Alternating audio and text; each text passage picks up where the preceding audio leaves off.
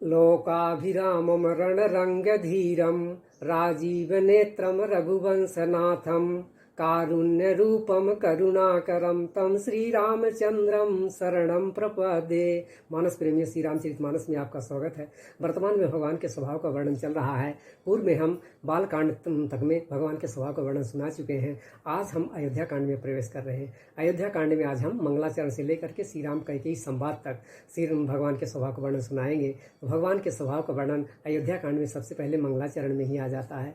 मंगलाचरण में भगवान का स्वभाव का वर्णन करते हुए गोसाई जी कहते हैं कि श्री रामचंद्र जी के मुख कमल की छवि राज्याभिषेक की बात को सुन करके ना तो प्रसन्नता को प्राप्त हुई और ना वनवास की बात को सुन करके मलिन हुई। ओह श्री रामचंद्र के मुख कमल की छवि, गोसाई जी कहते हैं कि ओह श्री रामचंद्र के मुख कमल की छवि मेरे लिए मंगलों को देने वाली हो। और भगवान इसमें सीख भी देते हैं कि हर स्थिति में प्राणी को प्रसन्न रहना चाहिए। गोसाई जी कहते हैं प्रसन्नताम नया गताभिषेक तस्तथा न ममले वनवास दुःखतः मुखाम्बज श्री रघुनंदनस्य में सदास्तु सह मंजुल मंगल प्रदा।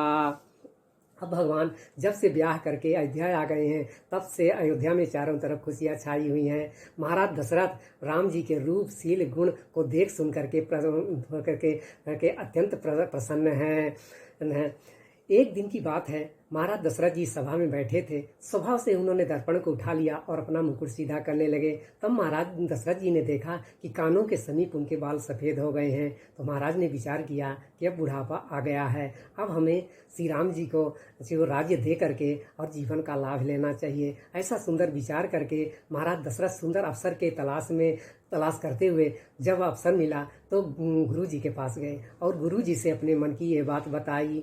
तो गुरु जी सुन करके बहुत प्रसन्न हुए, उनकी बात को सुन करके प्रसन्न हुए और कहने लगे कि हे राजन सुनिए, जिनसे विमुख होकर के लोग पछताते हैं, जिनके भजन के बिना जी की जलन नहीं जाती, वही सर्वलोकेश्वर श्री राम जी आपके पुत्र हुए हैं, जो पवित्र प्रेम के अनुगामी हैं। सोनो ने पूजा सुविमुख पछिताही, जासु भजन बिनु चरनी न जाही, भयउ तुम्हार तनय सोई स्वामी, राम पुनीत प्रेम अनुगामी। श्री रामचंद्र को भाई भरत पर दिन रात ऐसा सोच रहता है जैसे कछुआ का हृदय अंडों में रहता है। ये राज्याभिषेक की तैयारी चल रही, चारों तरफ खुशियां हो रही हैं। तो सीता रामचंद्र जी के हाथ अंगों में शुभ अंग जो है फड़क रहे हैं। तो रामचंद्र जी कहते हैं कि ये भरत के आगमन की सूचना है। कहता है भगवान श्री रामचंद्र जी भाइयों से इतना इतना प्रेम करते हैं, उसका वर्णन आया है कि जैसे कछुआ अंडे पानी से समुद्र से निकल करके बालू में जाकर के अंडे देता है और फिर दिन रात वो हृदय से अपने उन अंडों पर चिंतन करता है जिससे उनका पोषण होता है। इसी तरह से भगवान भरत जी नहीं है, न ध्यान में है, तो उनका दिन रात जो है उनका हृदय भरत जी पर रहता है। तो वर्णन आया है राम ही बंधु सोच दिन राति, अंडनी कमठ हृदय जय भांति। श्री राम जी ऐसे सुंदर स्वभाव के कारण राज्याभिषेक की बात सुन करके सभी स्त्री पुरुष हृदय से हर्षित हो उठे और विधाता को अनुकूल समझ करके सब सुंदर मंगल साज सजने लगे। नगर के जो वासी हैं, जो पहले से भगवान के स्वभाव से अत्यंत ही प्रभावित थे और उनके मन में लालसा थी कि भगवान राम जी कब राजा बनेंगे और हम उनकी प्रजा बनेंगे। तो आज जब उन्होंने समाचार सुना, अब उनको संदेशा मिला कि महाराज जो है राम जी का राज्याभिषेक करने जा रहे हैं, तो सब नगर के वासी हृदय से आनंदित हो गए और विधाता को अनुकूल जान करके सुंदर मंगल द्रव्यों से अपने घरों को सजाने लगे। तो वर्णन आता है राम राज अभिषेक सुनी, हर से नर नारी, लगे सुमंगल सजन सब, विधि अनुकूल विचारी। जब विधाता को अपने अनुकूल देखा तो लोग सब मंगल द्रव्यों से अपने घरों को सजाने लगे। महाराज दशरथ जी वशिष्ठ जी को बुलाए और शिक्षा देने के लिए श्री राम जी के महल भेजा। गुरु का आगमन सुनते ही श्री राम ने दरवाजे पर आकर के उनको चरणों में मस्तक नवाया। अब महाराज दशरथ जी ने गुरु वशिष्ठ जी को बुला करके और राज्याभिषेक की बात है इसलिए बोला कि जाइए राम जी को राज्याभिषेक संबंधी शिक्षा दीजिए। तो महाराज जब गुरु वशिष्ठ जी रामचंद्र जी के महल में जाते हैं तो श्री रामचंद्र जी दरवाजे में आकर के गुरु जी को मस्तक नवाते हैं। अब देखिए यहाँ गुरु जी के माने अपने अपने गुरुजनों का सम्मान राम जी कैसे करते हैं, ये उनका स्वभाव यहाँ बहुत सुंदर देखने को मिल रहा है। तो तब नर नाह वशिष्ठ बोलाए, राम धाम सिख देन पठाए। गुरु आगमन सुनत रघुनाथा, द्वार आई पद नाय माथा। और केवल माथा ही नहीं नाया, आगे वर्णन आता है कि आदर पूर्वक अर्घ्य दे करके घर में लाए और खोरसोपजार पूजन करके उनका सम्मान किया। और फिर सीता जी सहित श्री राम जी गुरुओं के चरणों का स्पर्श किया और कमल के समान हाथ जोड़ करके तब भगवान गुरु जी से बोले। तो वर्णन आता है, सादर अर्घ दे घर आने, सोरह भांति पूजी सन माने। गहे चरण सिय सहित बहोरी, बोले राम कमल कर जोरी।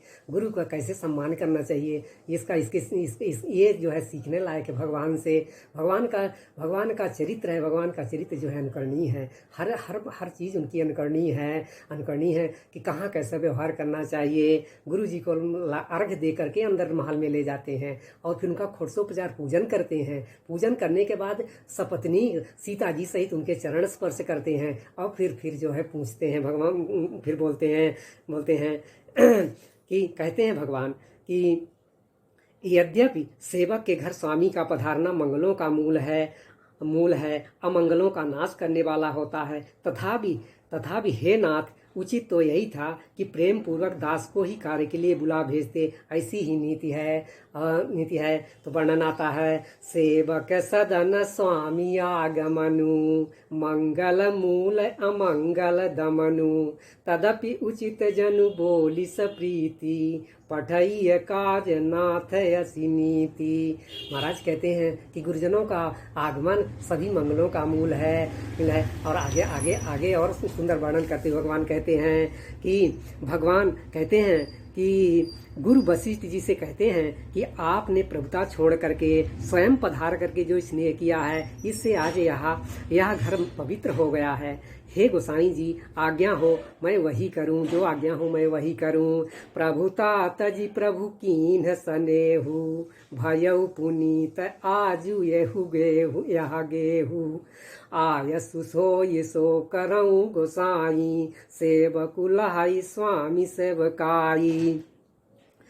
गुरु वशिष्ठ जी भगवान के वचनों को सुन करके रघुनाथ जी की प्रशंसा करते हुए कहते हैं, हे राम, भला आप ऐसा क्यों ना कहें। आप सूर्य वंश के भूषण जो हैं, सुनि स्नेह साने बचन, मुनि रघुबर ही प्रशंस। राम कस न तुम कहु वस, हंस वंश अवतंस।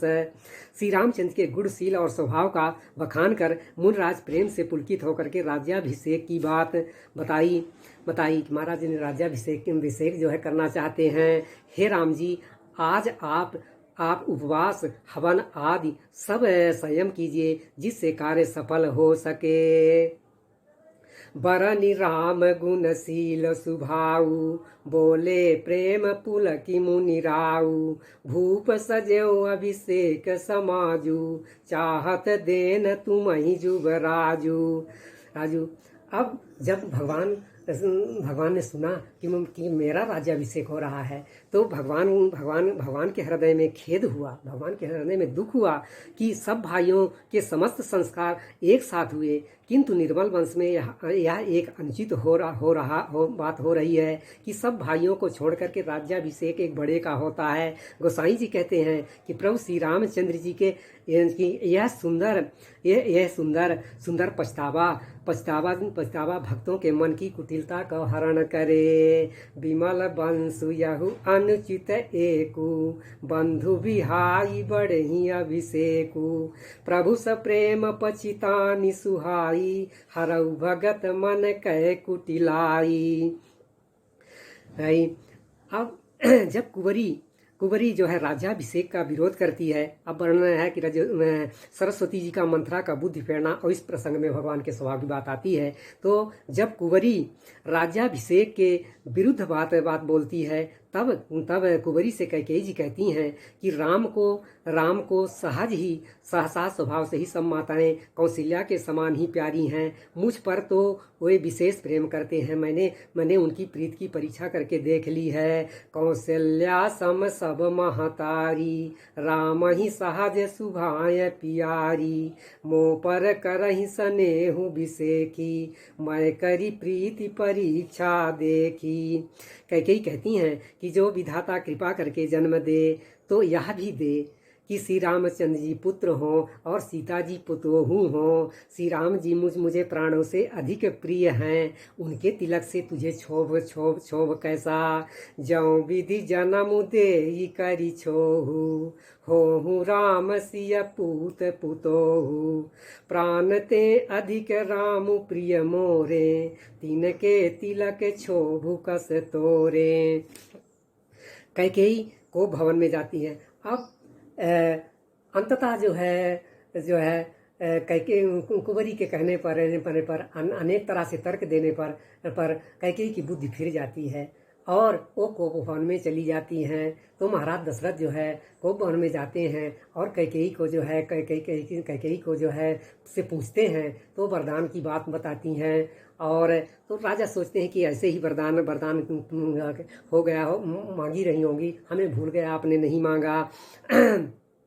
तो आगे अब उनके बीच में बहुत देर तक संवाद होता है और इधर ये बात चूंकि पूरे नगर में फैल चुकी है तो यहाँ जो उनके सखा मित्र हैं राम जी के वो जो है राम जी से मिलने आते हैं कि चूंकि राज्याभिषेक है भगवान का कल, तो ये सब मिलने आते हैं और भगवान भी उन सबों की कुशल पूछते हैं, क्षेम पूछते हैं। भगवान कितना सुंदर स्वभाव है कि सब उनके उत्साह को समझ करके भगवान उन सबकी कुशल क्षेम पूछते हैं और फिर उनको विदा करते हैं। तो वर्णन आता है, बाल सखा सुनी हर साही, मिली 10-5 राम पही जाही। प्रभु आदरहि प्रेम पहिचानी, पूछहि कुशल खेम मृदुबानी मानी। फिर इसके बाद वर्णता है कि भगवान स्वभाव से द्रवित बाल सभा आज्ञा पाकर के श्री रामचंद्र जी की बड़ाई करते हुए घर लौटते हैं और कहते हैं कि संसार में श्री रघुनाथ जी के समान शील और स्नेह को निभाने वाला और कौन है। फिर ही भवन फिर प्रिय आय सुपाई, करत परस पर राम बड़ाई। को रघुवीर सरिस संसारा, सीलु स्नेहु निवाह निहारा।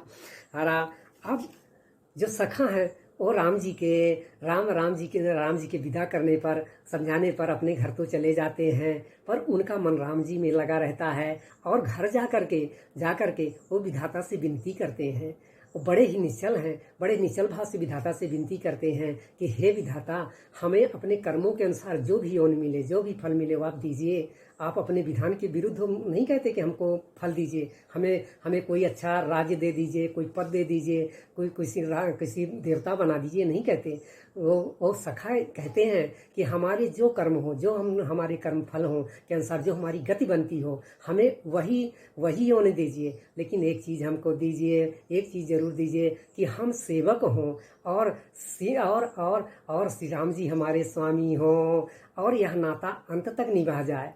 कोई 2-4 दिन का यह नाता न हो, या अंत तक निभा जाए। तो वहाँ से चल करके राम जी के यहाँ से लौट करके आते हैं तो ये इनका मन जो है भगवान में लगा रहता है और आते ही विधाता से विनती करने लगते हैं। तो वर्णन आता है कि जही जोनि करम बस भ्रमहि, तहाँ तहाँ ईसु देउ यहाँ हमहि।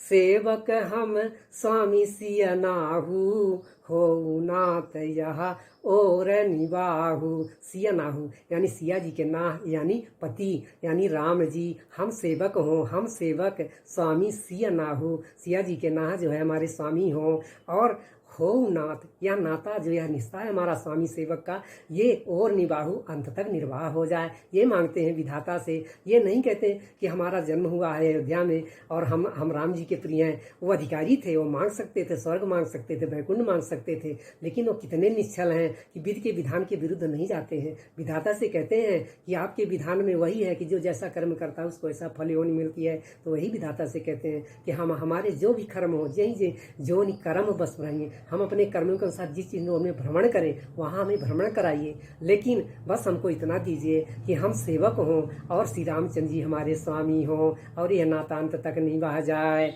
जही जही जो निकरम बस भ्रम ही, तहाँ तहाँ ईसु देव यह हमही। सेवक हम स्वामी सिय नाहू, हो नात यह और निबाहू। आगे आता है कि राम को राज्याभिषेक का अब कैकेयी को समझाते हुए महाराज कहते हैं, जब वो वरदान मांग लेती हैं तो महाराज दशरथ जी कैकेयी को कहते हैं कि राम जी को राज्य का लोभ नहीं है, मैं ही छोटे बड़े का विचार करके जो कुल की परंपरा है उसी का निर्वाह कर रहा था। तो लोभ न राम ही राजु कर, बहुत भरत पर प्रीत, मैं बड़ छोट विचारी जिया, करत रह्यो नृपनीत। महाराज दशरथ जी कैकेयी से पूछते हैं कि क्रोध को त्याग करके राम जी का अपराध तो बता। सभी कहते हैं कि राम जी बड़े ही साधु हैं और तू भी उनकी सराहना करती थी, लेकिन अब आज तेरी बात सुनकर के संदेह हो रहा है। कहु तजिरो सुराम अपराधु, सबको कहाँ ही राम सुटी साधु, तुहु सराहसी करसी सनेहु, अब सुनी मोहि भयउ संदेहु। जिनका स्वभाव शत्रु को भी अनुकूल है वो माता के प्रतिकूल कैसे करेंगे।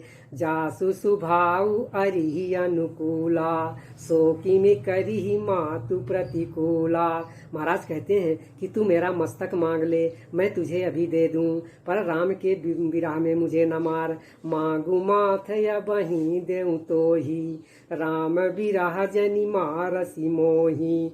महाराज दशरथ जी जो नित्य ही भोर में जग जाया करते थे, आज दिन निकलने के बाद भी महल से बाहर नहीं निकले। तब सबके राय से सुमंत्र जी महल में गए और वहाँ की स्थिति देख करके उनका जो है हृदय सूख गया। फिर रानी के कहने पर राजा के रुख जान करके श्री रामचंद्र को बुलाने के लिए गए। महाराज जी से बहुत देर तक आज वार्तालाप होता रहा। महाराज जी भी सोए नहीं जब वरदान मांग लिए, तो इसलिए महाराज आज उठे नहीं सवेरे। नित्य महाराज भोर में उठ जाते थे, लेकिन आज दिन निकल गया तब भी महाराज नहीं उठे। तो सबको चिंता होने लगी आज महाराज क्यों नहीं उठे। और फिर सबने आपस में राय किया कि सुमंत्र जी को अंदर भेजा जाए। सुमंत्र जी अंदर गए। जब उन्होंने देखा वहाँ का, तो वहाँ की स्थिति देख करके कोई बोल नहीं रहा, कुछ बोल नहीं रहा। वहाँ की स्थिति देख करके महाराज जी सुमंत्र सूख गए। और फिर कैकेयी से पूछे तो कैकेयी कहा कि बोलती है कि हम नहीं जानते हैं, आप राम जी को बुला लाइए तब फिर बताएंगे। महाराज दशरथ ने भी इशारा किया राम जी को बुलाने के लिए, तो सुमंत्र जी अब राम जी के महल में जा रहे हैं बुलाने के लिए। लोग देखते हैं सुमंत्र जी को इस भाव से जाते हुए, और सुमंत्र जी भी सोचते हैं कि महाराज पता नहीं काहे के लिए बुला रहे हैं आज इस स्थिति में। तो ये स्थिति बनी हुई है। अब सुमंत्र जी आते हैं तो राम जी का स्वभाव देखिए कि पिता के समान सुमंत्र का भी आदर करते हैं। जैसे गुरु जी जब गए शिक्षा देने तो गुरु जी का कितना सम्मान किया, अर्घ दे करके उनका पूजन किया और षोडशोपचार पूजन करके और सपत्नीक उनके चरणों में स्पर्श किया, फिर उनसे बात पूछी। ऐसे ही सुमंत्र जी जब गए तो उनको भी महाराज जी ने पिता के समान सम्मान किया। तो वर्णन आता है, राम सुमंत्र ही आवत देखा, आदरु कीन्ह पिता समलेखा। श्री राम जी का स्वभाव कोमल और करुणामय है। श्री रामचंद्र जी ने पहली बार दुख देखा, इससे पहले उन्हें दुख सुना भी ना था, तो भी समय का विचार करके हृदय में धीरज धर करके उन्होंने मीठे वचनों से माता करके इस बोला। अब सुमंत्र जी ने जब बात बताई कि महाराज बुलाए हैं, तो राम जी गए महल में। और कभी महाराज जी ने दुख कभी देखा नहीं था, कभी कान से भी नहीं सुना था। महाराज जी दशरथ इतना लालन पालन करके इतने जतन से रखते थे भगवान को कि कभी उनके कानों में दुख सुनने तक नहीं मिला था। तो आज राम जी ने जब इतना ही देखा, पहली बार दुख देखा, फिर भी महाराज भगवान ने जो है धैर्य को धारण करके और समय को समझ करके आकलन करके और भगवान कैकेयी से मीठे वचन से पूछते हैं कि करुणामय मृदु राम सुभाऊ, प्रथम दीख दुख सुना न काऊ, तदपि धीर धरि समऊ विचारी, पूछी मधुर बचन महतारी। हे माता, मुझे पिताजी के दुख का कारण कहो ताकि जिससे मैं उसका निवारण कर सकूं। मोहि कहु तात जिससे वह यत्न किया जाए। मोहि कहु कहूता मोहि कहू मातु तात दुख कारण, करिय जतन जेहि होई निवारण। जब कैकेयी ने संपूर्ण बातें वनवास आदि की सुना दी तो सूर्यकुल के सूर्य स्वाभाविक ही आनंद निधान श्री रामचंद्र ने मन में मुस्कुरा करके सब दूसरों से रहित ऐसे कोमल वचन बोले मानो वाणी के भूषण ही थे। तो वनवास की बात को सुन करके भगवान जो है आनंद निधान भगवान मुस्कुरा करके और बोले कि मन मुस्काई भानुकुल भानु, रामु सहज आनंद निधानु। बोले बचन विगत सब दूषण, मृदु मंजुल जनु बाग विभूषण। हे माता सुनो, वही पुत्र बड़ भागी है जो पिता माता के वचनों का अनुरागी पालन करने वाला है। आज्ञा पालन द्वारा माता पिता को संतुष्ट करने वाला पुत्र हे जननी सारे संसार में दुर्लभ है। सुनु जननी सोई सुतु बड़ भागी, जो पितु मातु बचन अनुरागी। तनय मातु पितु तो सनिहारा, दुर्लभ जननी सकल संसारा। वन में फिर भगवान कहते हैं कि वन में विशेष रूप से मुनियों का मिलाप होगा जिससे मेरा सभी प्रकार से कल्याण है। उसमें भी फिर पिताजी की आज्ञा और हे जननी तुम्हारी सम्मति है। मुनि का न मिलानु विशेषी बन, सब ही भांति हित मोर। तेहि माँ पितु आयसु बहुरी सम्मत जननी तोरी। और भगवान आगे कहते हैं कि और प्राण प्रिय भरत राज्य पावेंगे। आज विधाता सब प्रकार से मेरे अनुकूल है। ऐसे काम के लिए भी यदि मैं ना जाऊं तो मूर्खों के समाज में सबसे पहले मेरी गिनती करनी चाहिए। भरत प्राण प्रिय पावहि राजू, विधि सब विधि मोहि सन्मुख आजू। जो न जाऊं बन ऐसे हूँ काजा, प्रथम गणीय मोहि मूढ़ समाजा। इस प्रकार से आज का ये प्रसंग यहाँ से पूर्ण हुआ। अब हम अगले भाग में श्री राम दशरथ संवाद, अब आगे जो है दशरथ जी से राम जी का संवाद होगा और श्री राम लक्ष्मण फिर उसके आगे संवाद तक जो है कथा में भगवान का जो स्वभाव आएगा वो सुनाया जाएगा। धन्यवाद।